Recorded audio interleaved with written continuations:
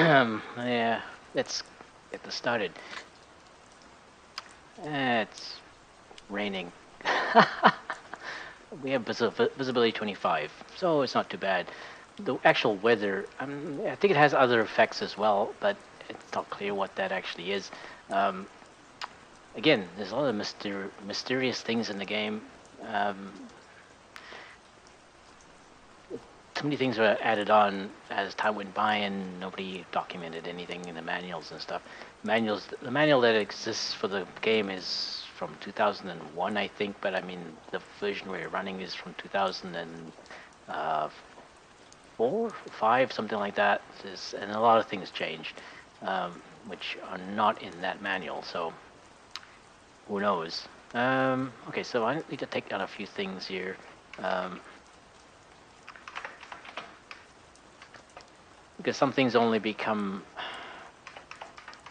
known after the battle starts, like you're actually in turn 1, and one of those things is like actual date of the battle, and things like that. I put this information into my notes the in the archive videos, the highlight videos on Twitch and one of the ones I pushed to YouTube. So, but I can only get this information at the point where the battle actually starts, because you don't know exactly what the date is, you don't know what the weather is. Well, you know it's going to be random, but you don't know what it'll be exactly what it generated. So that's a good time to collect this information. So the actual date is May 27th. And time is 1200.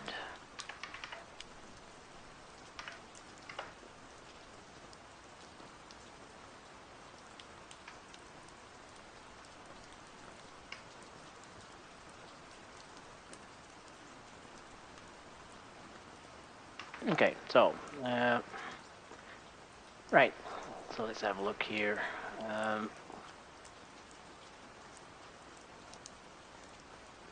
Shouldn't be able to see anybody, but we'll look around anyway.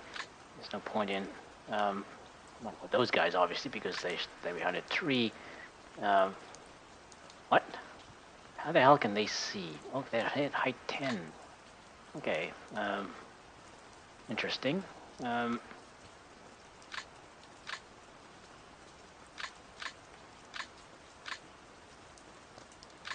Didn't expect that.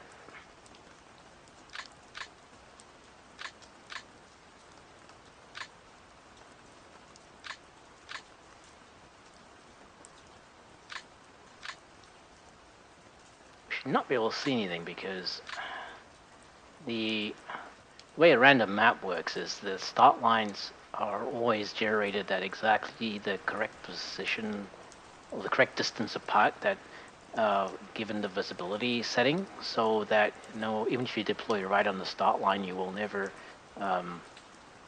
be visible to the enemy for at least the first turn, possibly even second, third turns, depending on what the terrain is like and how fast the units are moving and how big they are and things like that. A lot of variables come into play, but so moving very quickly in the first few turns is actually not difficult. However, I tend to slow down way too early. It is a failure of mine. Height 10. Okay, so they're actually on the hill already.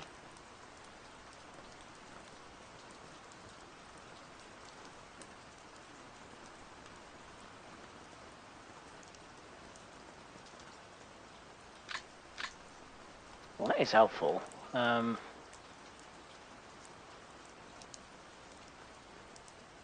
what we can do on this side is move them up into these 5 slope.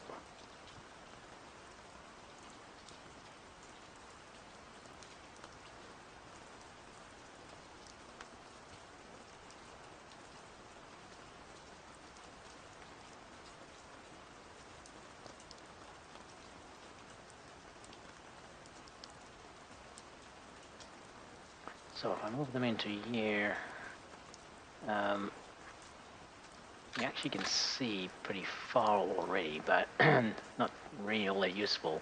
I think his start line was approximately on those trees anyway, or just behind those trees. So we're not likely to see anything in there anyway. So what we'll do is move forward there.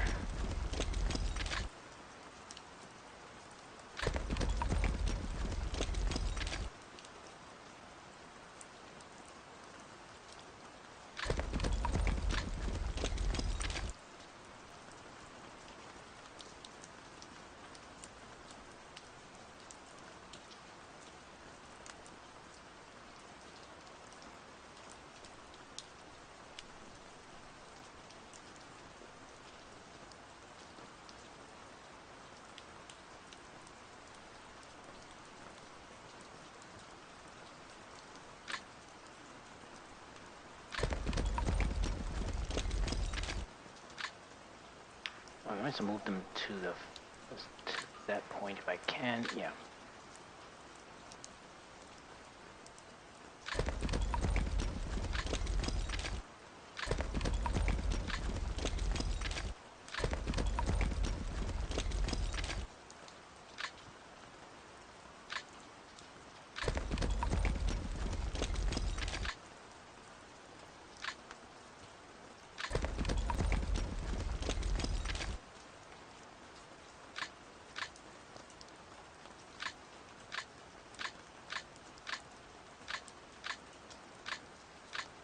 They should not be able to see anything. For two reasons. The enemy is still pretty far away, and they're moving pretty quickly. While the enemy is not moving at all at this point, as moved here anyway, so there's no way they should see something. But this game continues to surprise me over and over again, and yeah. I'm sure there's some condition where it could happen.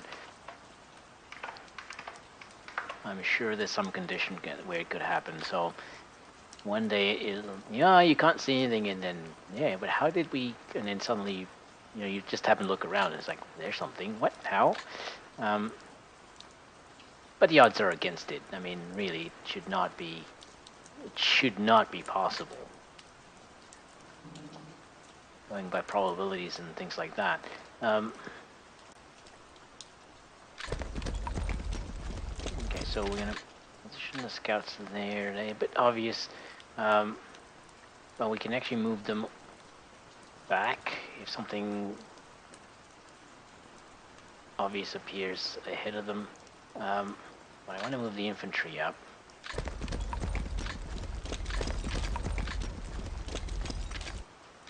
Yeah, that'll slow them down.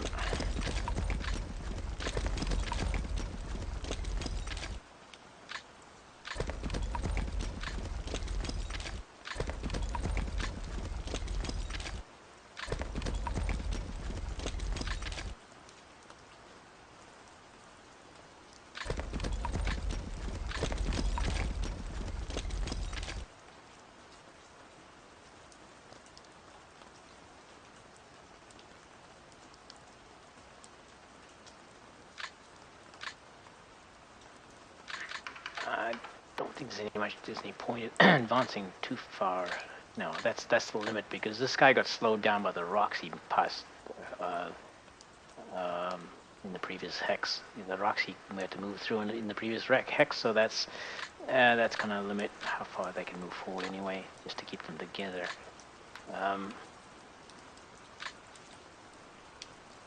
There's 2 movement points. You could actually move there.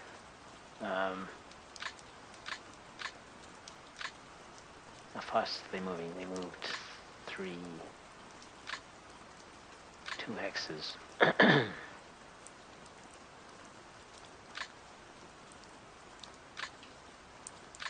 Now they only moved 2 hexes, so the chance of them being seen in.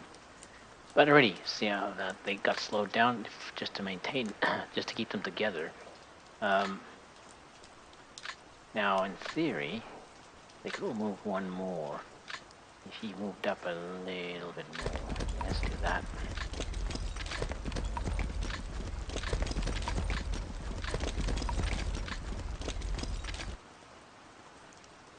Yeah, we'll do that. And then we'll move these guys onto the slopes. We maybe. Yeah. And their main purpose is initially is defense here, so just try and get them into positions and push the scouts forward very slowly after that. Try and probe to see if there's anything here. If they move slowly, maybe they won't be seen. Maybe.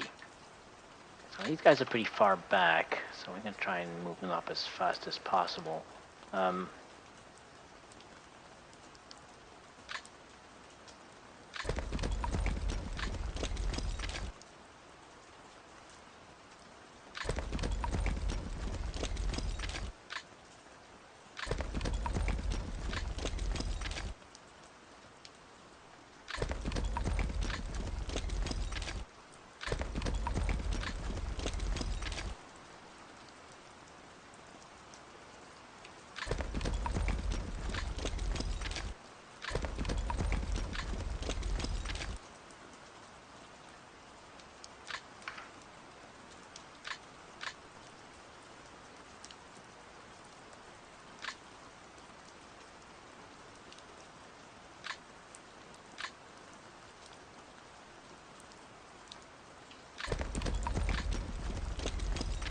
So we can see over those trees.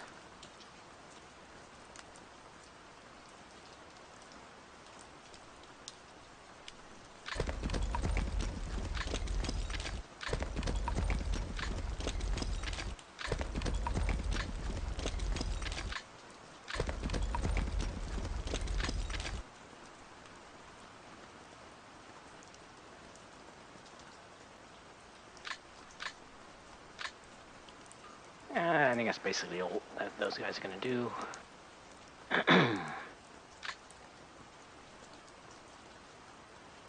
So we want to avoid this slope here.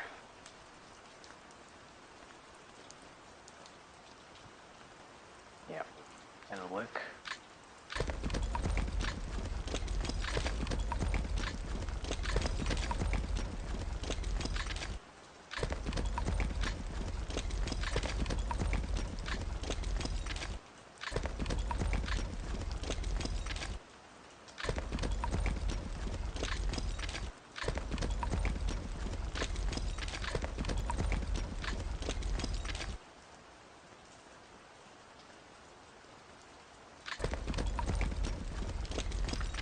Road, and now I want to avoid that slope.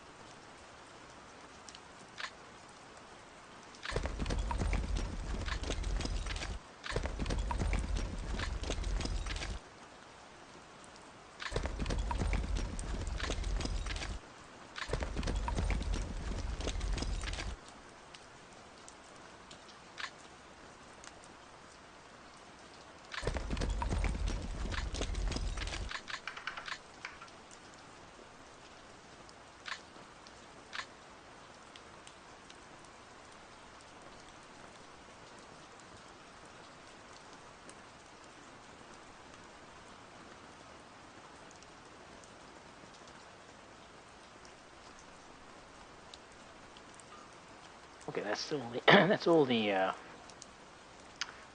leg scouts. So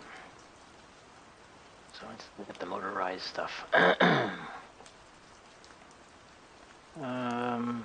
These guys here. Right.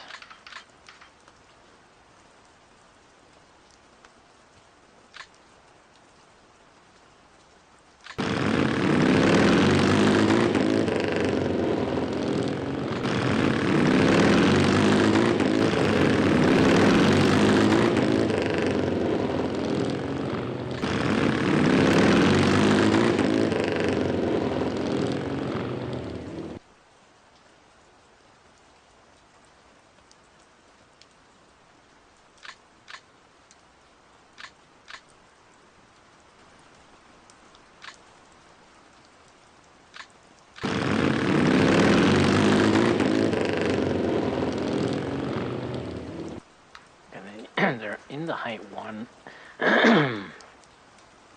And can't see anything. Well, can't be seen either. Well, they can be seen from there.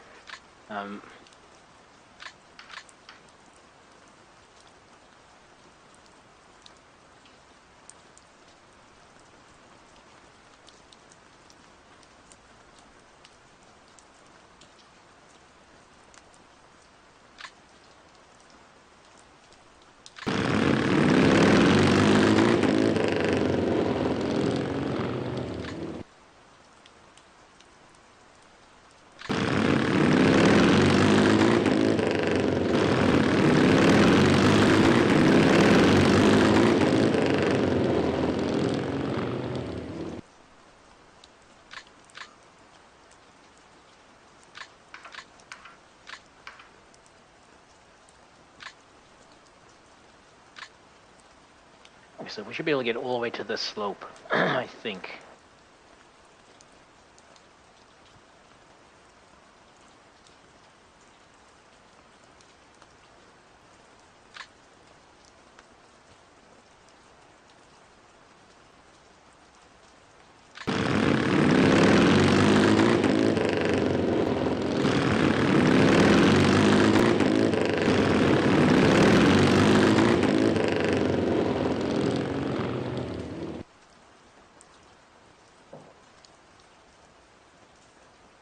That hill is annoying.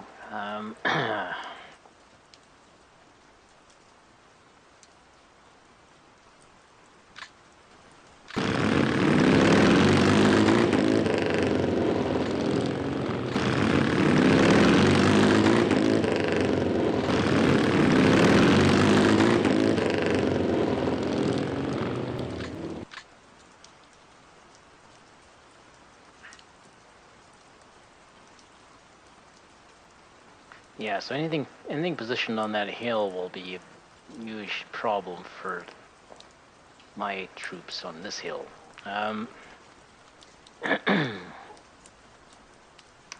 We may need to use smoke on that, which brings up a good point. How much smoke do I actually have? It's one thing I didn't check on. 8. Wow. 24, 2 salvos. 8. Okay, we're not messing with smoke that much in this battle.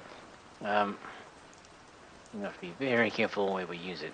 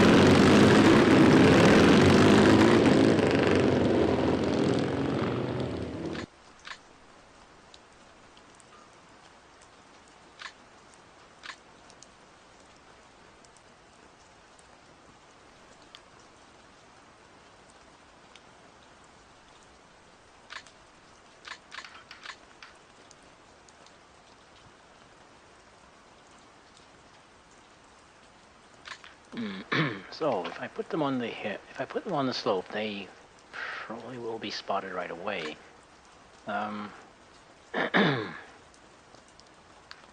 Even they are vehicles, and they're not very large. They're only size 1, but given their speed, I don't think they'll stay hidden for very long. Question is, do I want them spotted or not?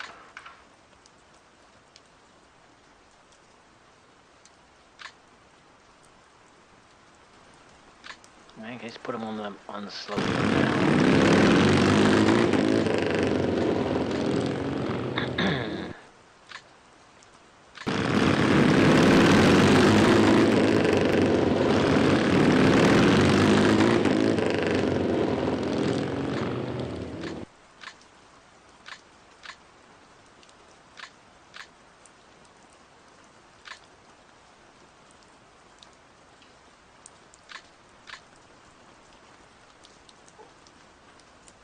Okay, so the other motorized recon,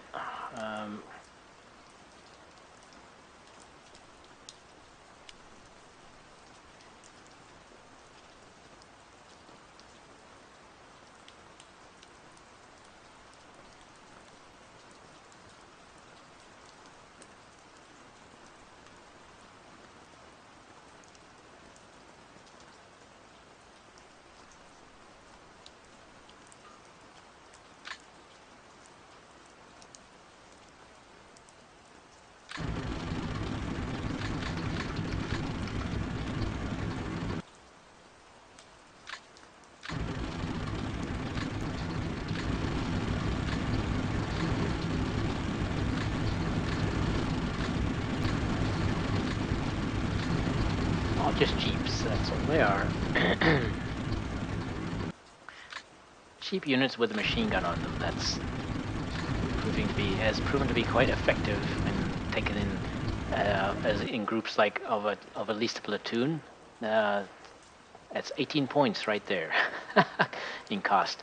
And the machine gun is generally quite effective. It's got a range of 25 hexes and seems to be pretty accurate. In the last battle it wasn't so good, but I didn't really have the numbers. I only had one,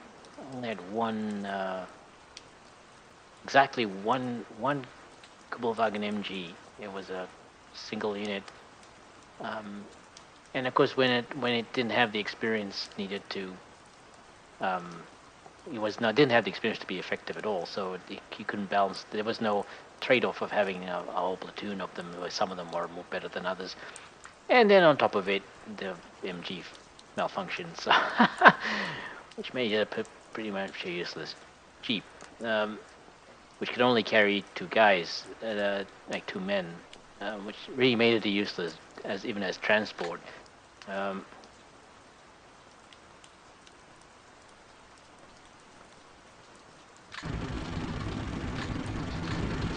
Now the question is, do I want to push these right to the front? I could. I mean, I could push them right to this position, but there won't be anything to support them. So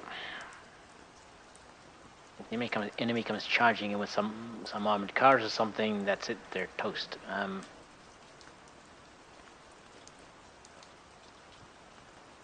That's very likely. That's more likely what he'll have.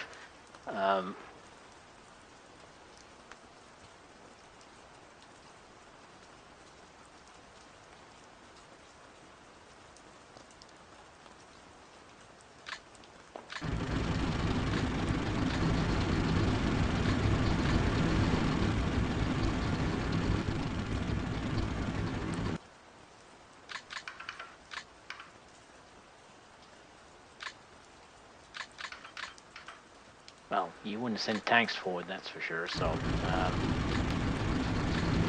only seen him do that once, but he had no idea that I was actually where I was, and he caught him completely by surprise. So I think it's the only time I've ever surprised him, which was good. And that was a fun battle. But I mean, it doesn't happen often enough for me to be able to say, yeah, that was a significant achievement.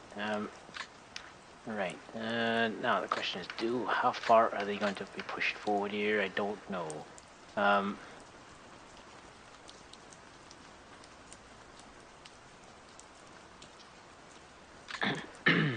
Well, they've reached the limit of how far they're going to go. They've reached their limit.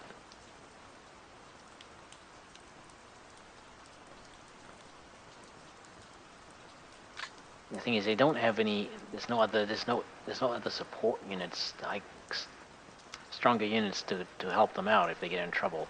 If he sends armored cars forward to deal with them, I don't have anything except my tanks, which, depending on where that actually happens, may be tricky to get them out.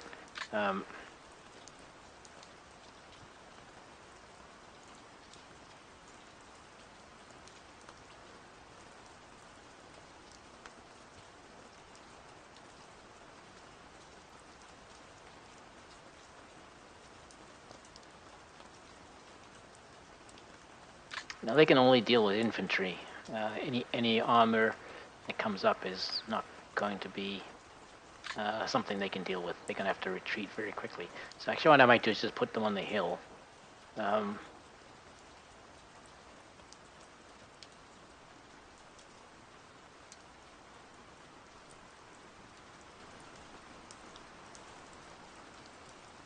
if I 20, it'd be nice to be able to gain that just for a turn, just to see where his movement is. I think that's what I'm going to do.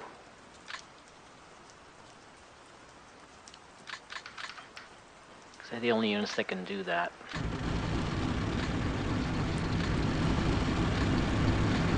Because still have enough movement. So far it's saying yes, there is.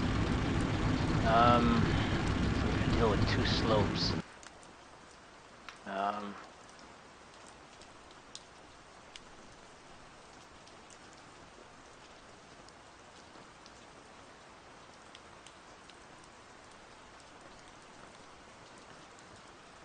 Okay, so minimize that. There's one slope here, one slope there.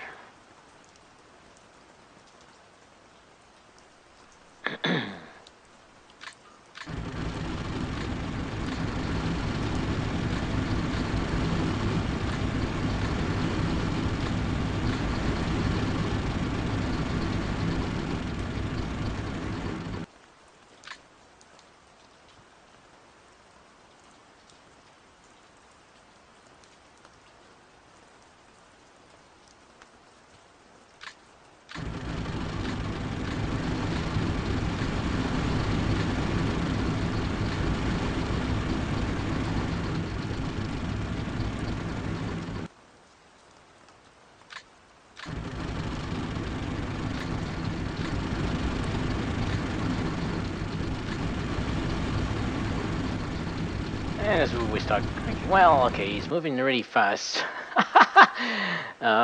He should. This is about when a breakdown should occur. I mean, that will tell how the random number generator is going to work for me in this battle. I'll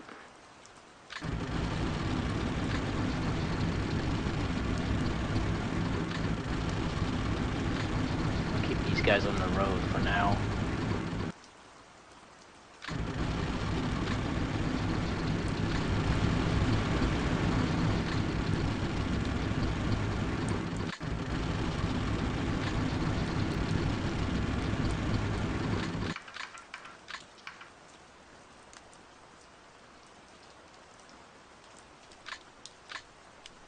I want to see what shows up. That's probably more useful right now than actually taking the victory axes.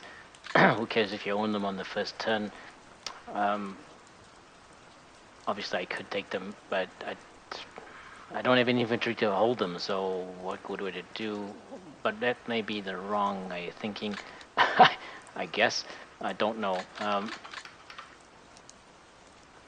The chances are I will not be able to hold them anyway, no matter what I do. Yeah, I know it sounds negative, but that's been my experience. You have to remember, my opponent is so much more experienced than me. I've yet to find anything where I you know, I can come up with a tactic that he can't counter. Hasn't happened. Yeah, no, I've surprised him one time, but that's exactly one time in like 12 play-by-email battles so far. So with probably just more luck than anything else.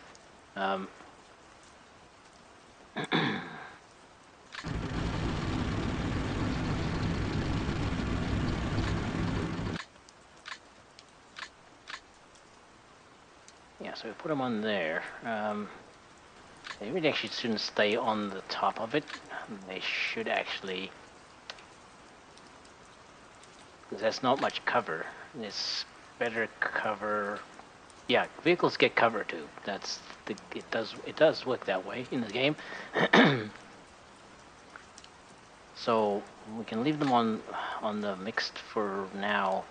I just want to make sure that they have decent line of sight. Actually, so if we move them one next further forward, that'll allow visibility that way.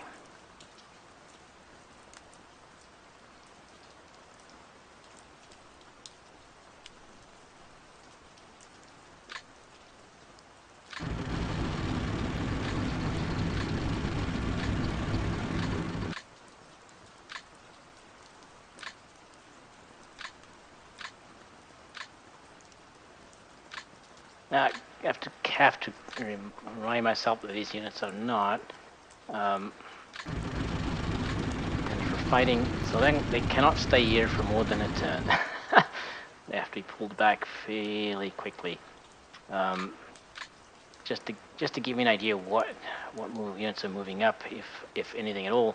Chances are though he'll spot me before I see him, because there's plenty of ways for him to move up here. But anyway, hopefully we'll get some indication of what we're up against. That's something I've also been very poor at, is actually getting reconnaissance. Now this is bad because obviously these guys don't have any infantry around them to help out if things go that badly. But I took these have mobility, and finding inexpensive units that have mobility for the Germans is very tricky. These guys are heading along the same road for now.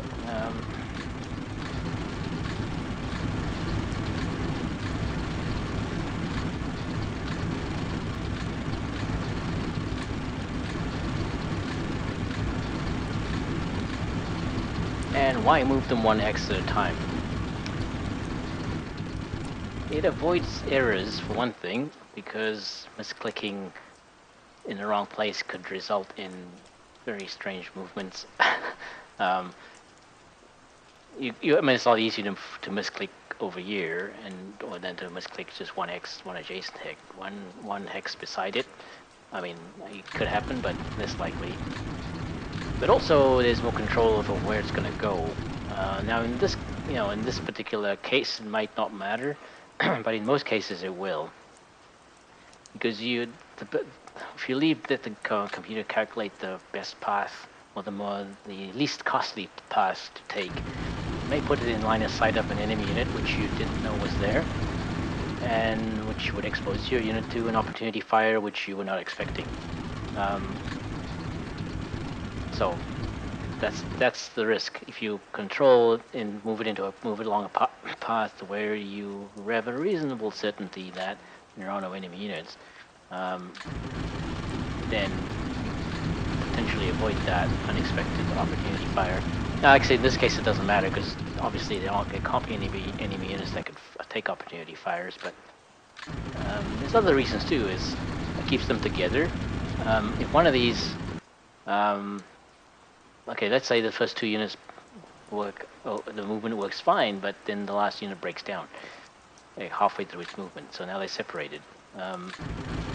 Is that a good thing? Probably not, considering in this particular case, that's the command unit, and if C&C's on, then you don't have a unit where they can get orders, if the radios don't work. So these guys are heading over to this hill.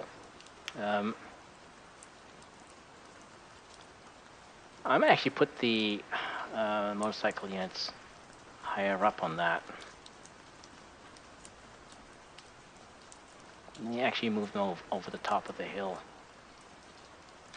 They're over the hill. Ha ha ha ha ha.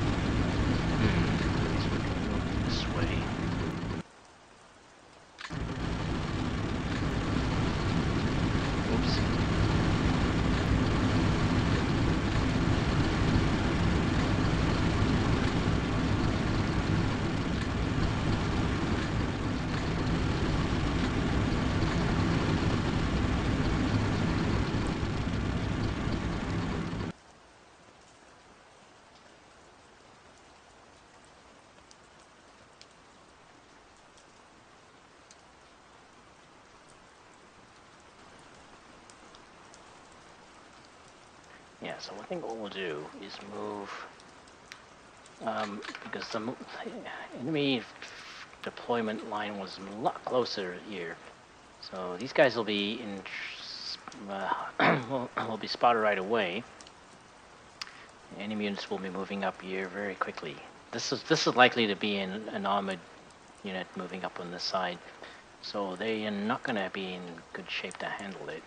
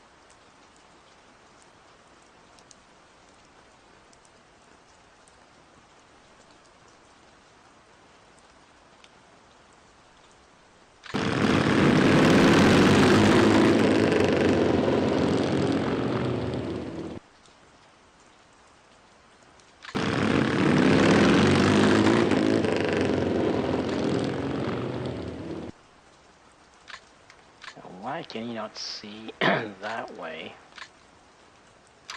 Right, because the trees are on the slope. Okay.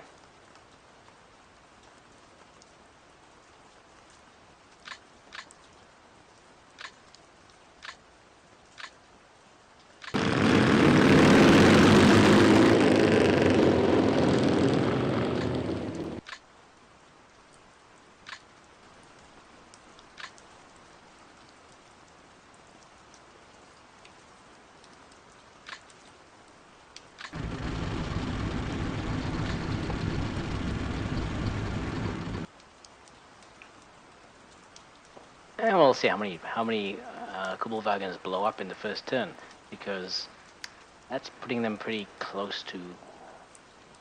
I mean, they're soft-skin vehicles, so there's no way they should be able to. You could actually take a shot from your start line and destroy them. So I don't know. This probably was a very bad idea. Well.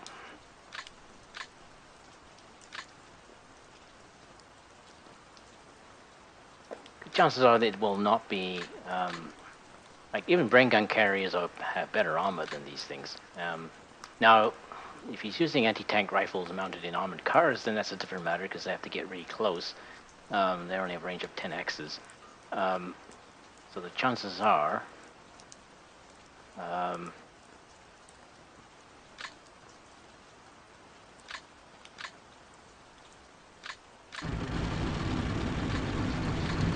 they will be moving too fast to actually hit anything by the time they get that close.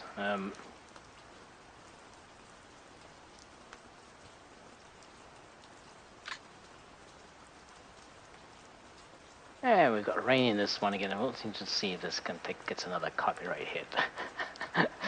Yes, I've actually had rain being as a copyright flag raised on one of my videos for Steel Panthers World at War. Don't know. There's been other ones with rain in it, but nothing. They flags weren't raised on that. I just actually ran it through their editor to actually remove the rain sound. But it was only like 10. Wasn't it claiming like 10 seconds? Oh, like no, one case it was like 20 seconds of rain sound. It's like, okay, sure, copywriting rain sounds, yes. And of course, when I listen to the actual copyrighted song that it was supposed to be ripping off, it's an actual song with a little just sound of rain in it. But that's not actually the song. The rain is just the background sound. So yeah, it goes to show you how these sound detection things are monumental failure, really. So I'm going to put this.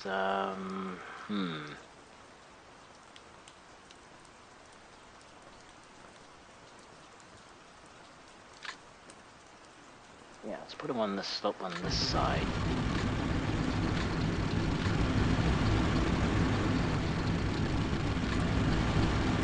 Let's see how this goes.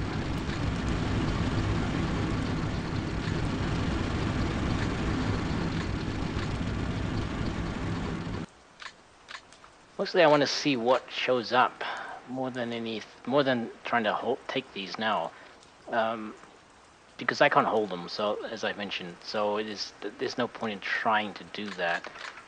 Trying to take them now.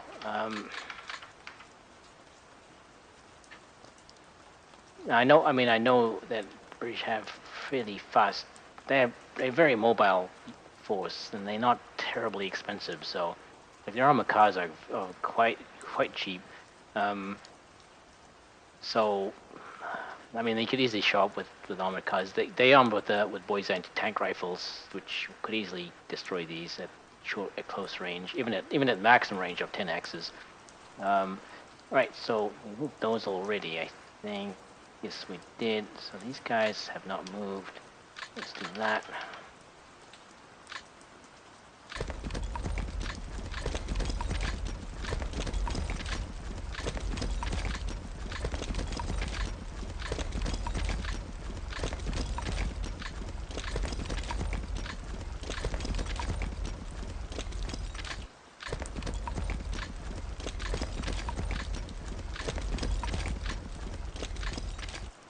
Ah.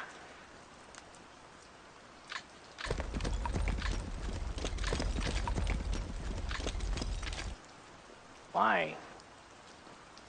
Okay, because he moved through a lot of trees, that's why.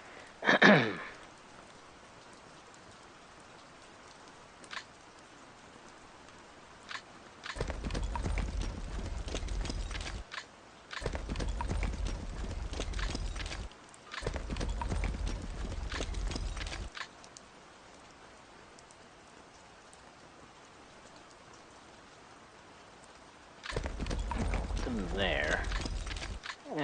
And they didn't get very far.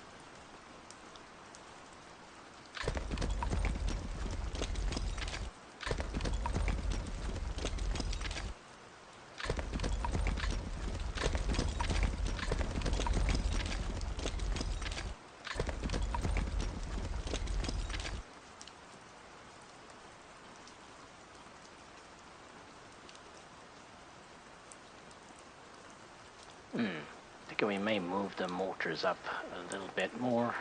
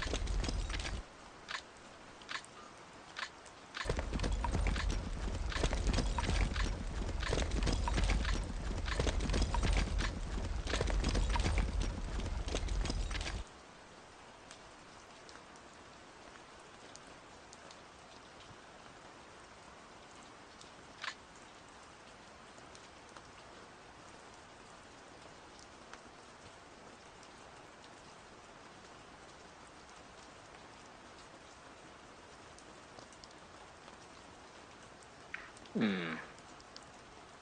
Try to decide whether I want to actually move them through the rocks. No, let's not. Let's avoid that. We'll move them this way.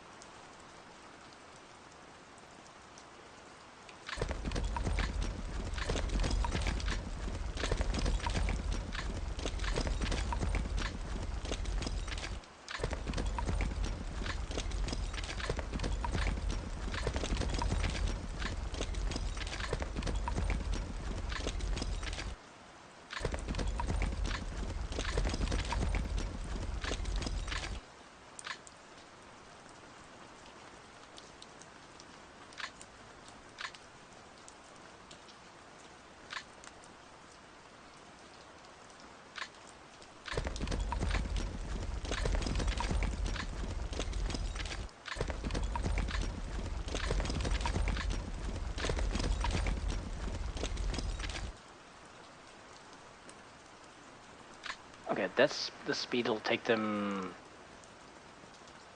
3 turns to get to the hill. I think a lot of shit will have happened before that. Yeah, so...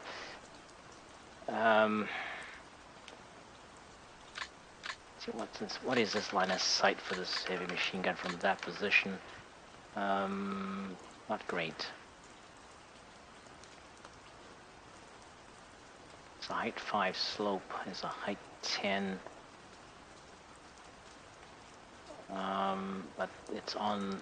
Okay, there's rough hex and road hex together. So that's not bad.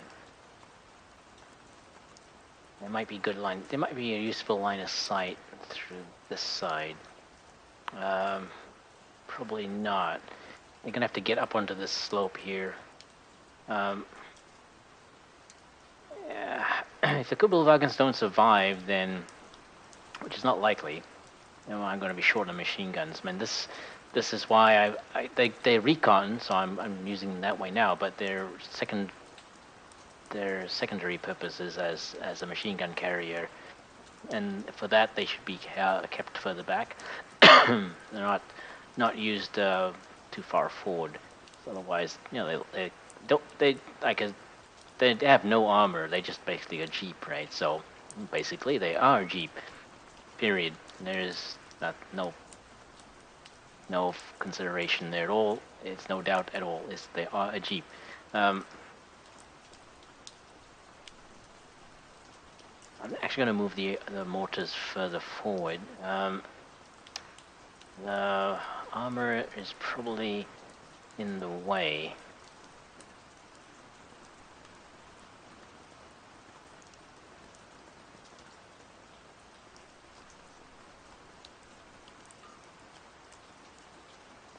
I don't want to show him where they are yet. They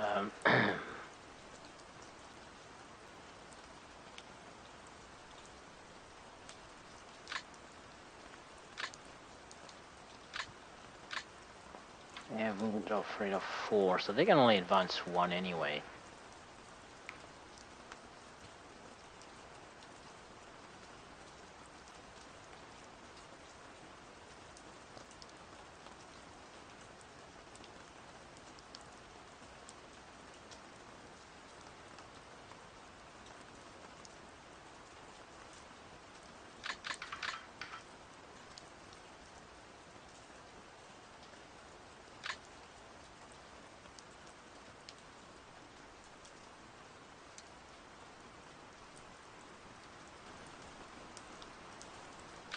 Let's go to text forward.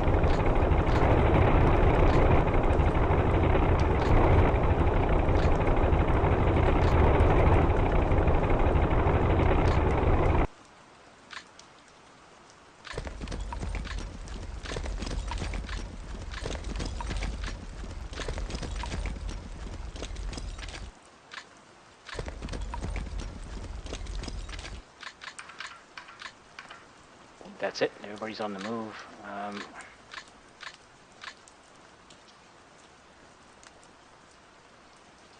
what it's worth. This area should be, these guys should be spotted fairly quickly, I think. Yep. You can see there's a possible line of sight. Yep, he's onto there. So once he moves onto that high ground, which I don't think he occupies, can't remember. Can't remember. See, this is how bad my memory is, right? I know he was very close here though, so he might actually be on that hill already. In which case, he's gonna be able to see me right away. So these guys need to really get into a better formation so that the mortars are. So his mortar fire will be very inaccurate, shall we say? Now these ones have the same risk until they get really much closer to the. Yeah, they have the same risk until they get closer to the hill. All right. So I've offered him up a lot of targets for the first turn. I'm sure he'll find some way to take some of them out. I have no doubt about that. But yeah, hopefully he won't. Because that's all I can hope for, is that maybe he won't. Maybe he will decide not to give away anything in the first few turns. I mean, because right now he has to, in most of these areas, he has to advance in the open unless he sends most of his force up through the side, which is reasonable. That would allow them to approach these victory X's pretty much unseen until they get on top of the hill. Anything that moves up through here, we will see. There's no way we're not seeing it.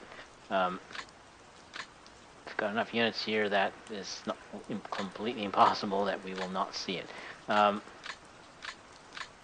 No, actually I wouldn't say completely impossible. There is a small possibility that we will not see it. Remember, these guys are moving very fast, so their ability to spot is greatly reduced. They'd have to actually stay there a whole turn to actually be able to make sure they spot anything. Now, if anything moves up very quickly, anything larger than size 1 moves up very quickly here, we'll see it right away. So any vehicles, any armor, we'll see that immediately. Which is actually the main concern initially, as to what kind of armor he might have to be sending out. Everybody's moved. Okay, let's check ranges. Do we have any movement here? No. Well, they're slowed down quite a lot, unfortunately.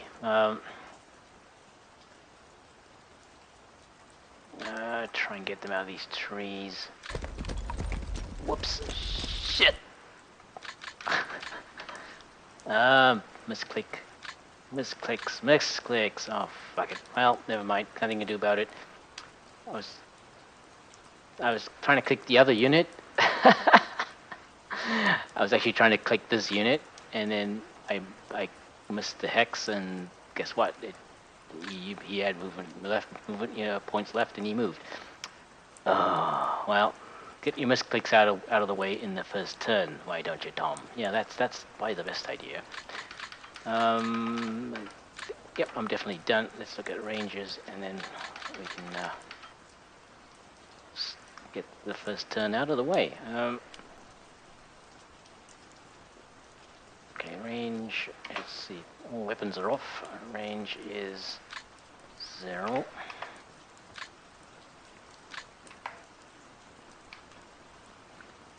Weapons are off. Range is 0. Yeah, it got reset. It always does. Range 3, that's fine. Range 3, weapons are set correctly. Range 3 weapons are set correctly. Range 3, the tank mines are off, yes. Range 0, and weapons are off. Range 0, and weapons are off. range 0, weapons are off. Range 0, weapons are off.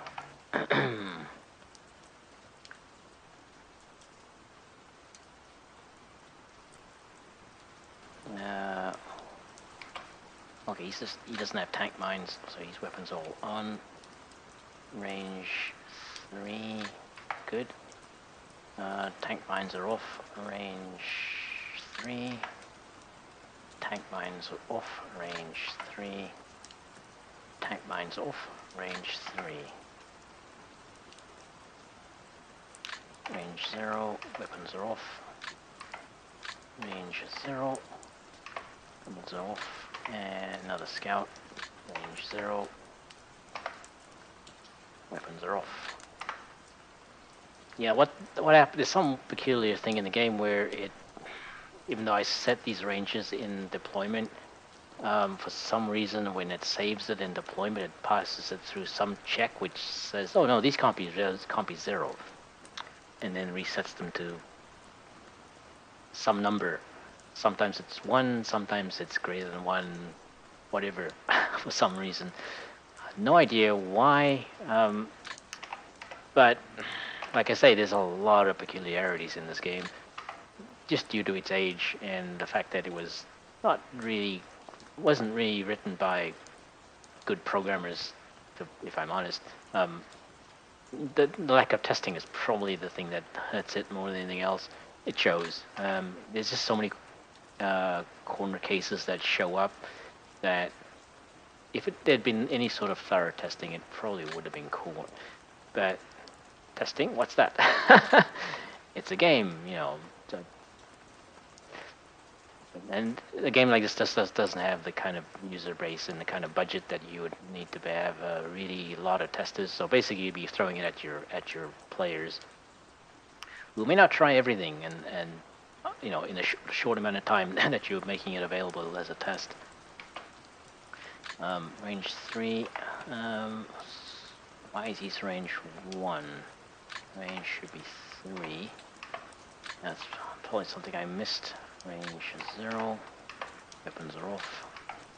Range 0. Weapons are off. Range 0. Weapons are off. Okay, so heavy machine gun range is 6.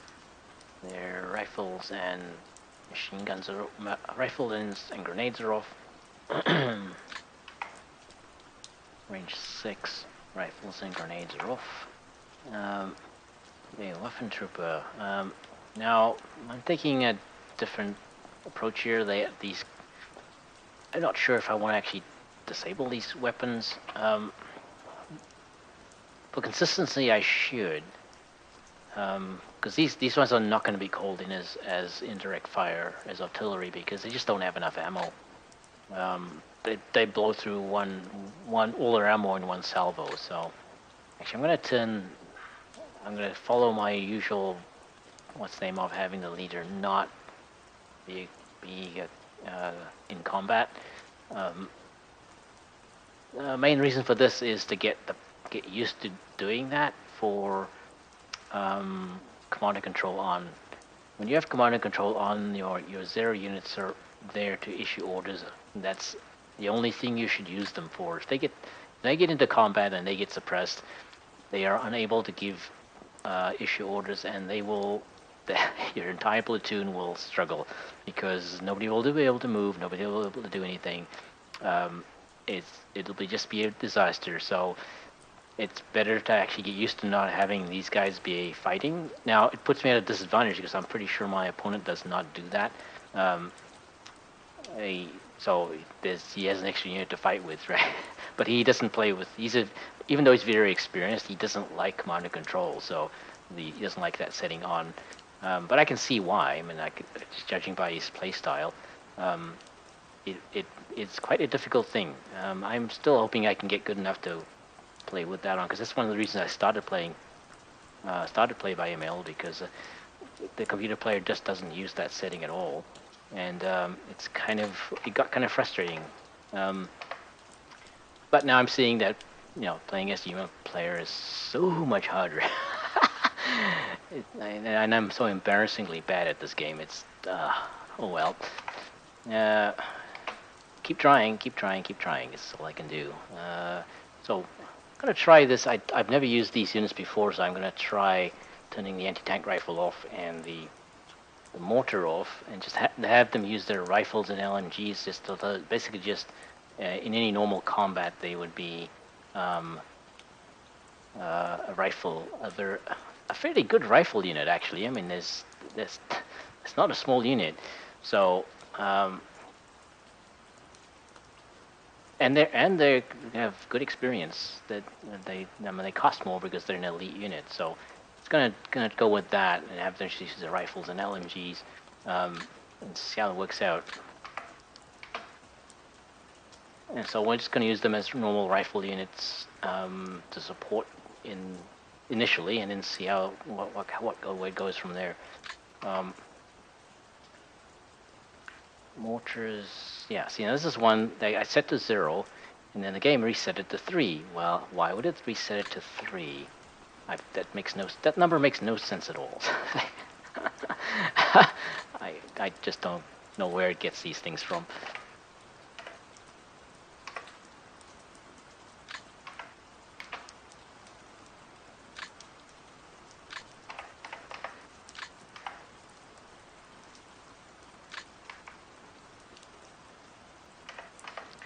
We don't want these guys fighting at all. They're just there to operate their mortar units, their mortar tubes. Okay, so the observer team, range of 0, weapons should be off. Range 0, weapons are off. Range 3, and attack mines are off. Range 3, attack mines are off. Range 3, and attack mines are off. So, motorcycle group.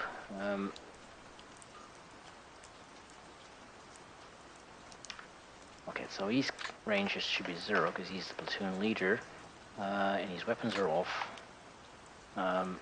Range 3. Yeah, because they're just the rifle. They're just the rifle squad. The platoon is very small. It's only if you're not counting the leader, which is a disadvantage here because they're quite a strong unit.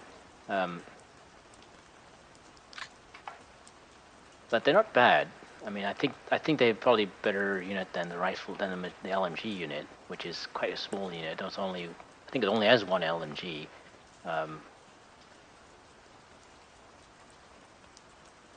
Because they only have 3 men in them, I think.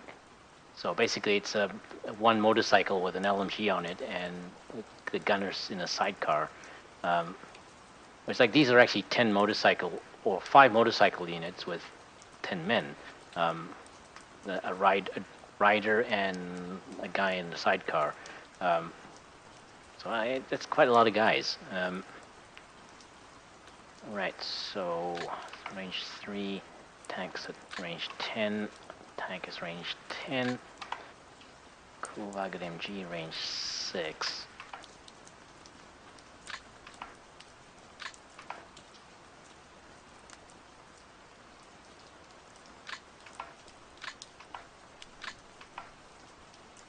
Alright, well, that's it. So, let's end the turn, zoom out.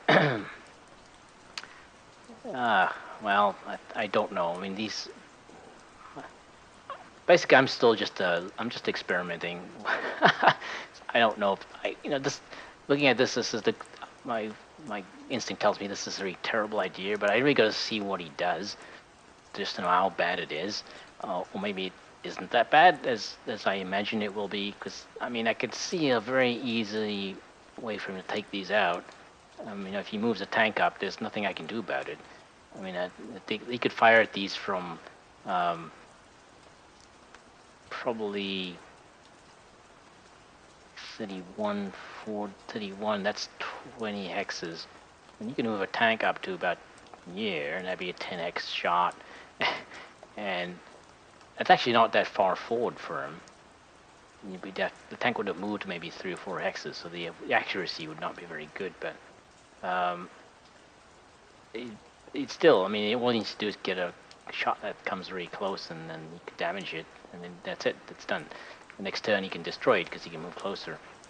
So I'm suspecting that's what will happen, because there's no way these guys are protected in any way.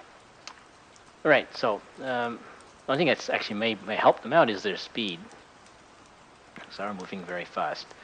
That's it. Already one misclick here. Oh well, that's bound to happen. Hopefully it doesn't happen too often in this battle. That's always the problem. Alright, that's it. Let's end the turn.